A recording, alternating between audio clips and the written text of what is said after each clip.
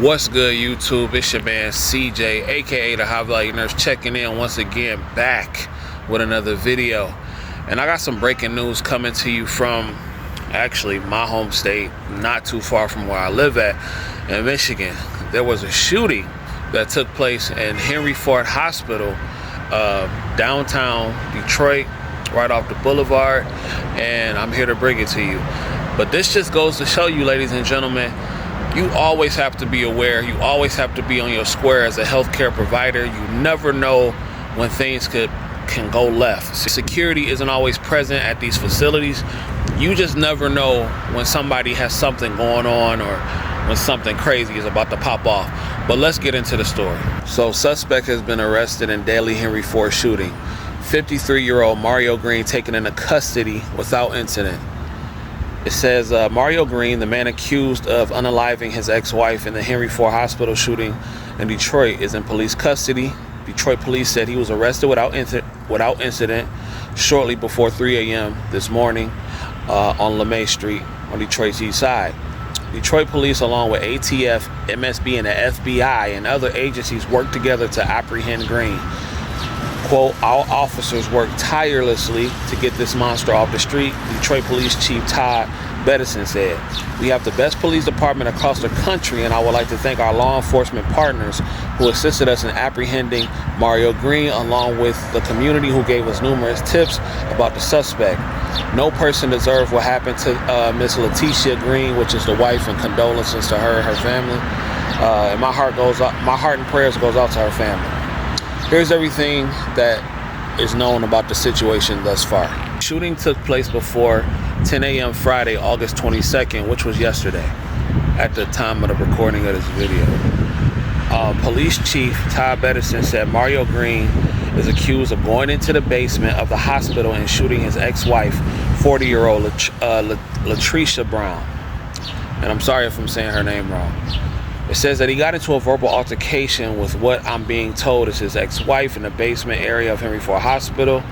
Bedison said he produced a hand blicky and fired multiple shots, unaliving his ex-wife. Security footage showed Green leaving the hospital out of the front door at 9:55 a.m. Friday, according to the police. Now, what we know about Mario Green. Bedison called Green a subject and a person of interest during his Friday morning briefing. He said Green is 6'4" and was wearing all black with a gold necklace when he left the hospital. The chief mentioned twice during his briefing that Green has had an address in Bloomfield Hills. His profile with Michigan Department of Corrections shows Green served about 6 years in prison for a 2006 arson. He previously had an aggravated stalking charge that led to 4 years of probation, according to the site. He had a child support charge that led to probation that ended in June 2025. It says the car that Green used to leave the hospital was found around 2 p.m. Friday in Detroit. Police said Green left the hospital in a white 2011 Dodge Charger. What we know about the shooting victim, it's his ex-wife rather. And she was about 40 years old. She was an employee at the hospital, but her exact job was unclear. This is an unfortunate situation for everybody that is involved. I don't know if she was a nurse. It doesn't really matter. It was a human being that lost their life. Rumors are that she may have had an affair. Don't know that to be the case for sure. That is just alleged. Those are rumors. I don't know, but that is what's circulating. And again, if she was, that doesn't matter. Nobody deserves to lose their life over something that you could just leave and walk out the door for. It's an unfortunate situation, but nurses, this is why, and nurses, doctors, and anybody who works in these hospitals, that works in these facilities, I know that we think sometimes that, it being a place of healing, that we are always safe, and that is not true. And that is why you always have to be on your P's and Q's when you are in these facilities doing what you have to do to feed your family, to provide for yourself and your family. It's not always safe. You got crazed people coming into these places all the time, and you never know what's going to pop off. A lot of these hospitals don't have security. Some of the security that they do have are lax. These places don't have metal detectors. So you have to be absolutely careful with what you are doing. You got to be careful with what's going on. You have to be aware of your surroundings. If you see something that don't look right and your instinct is telling you you better fall back or pull away from that, or you may need to go seek help and some security, then go do that, ladies and gentlemen, because I'm telling you, when you're dealing with people nowadays and they situations and they mental and everything like that, the world is crazy at this point. Most people are just one bad day away from ending up in a situation like that. So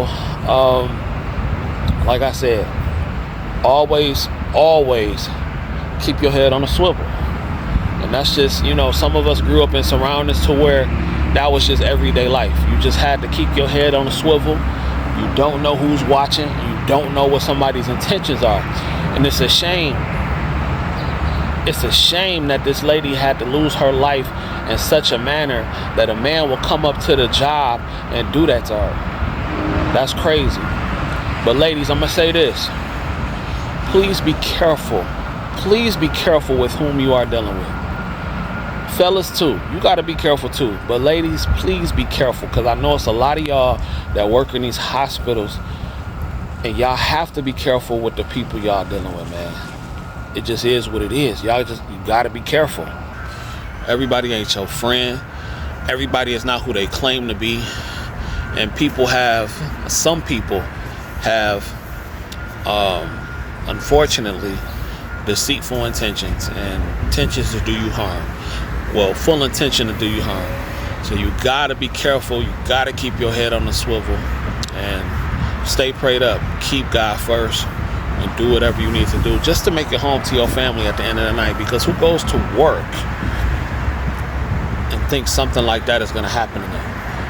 Who goes to work and thinks that, you know, I'm not gonna make it home to see my family? It kind of reminds me of that situation of the McDonald's worker that did what she did to her manager. And that girl had a prior history of committing crimes like that, and it went unchecked.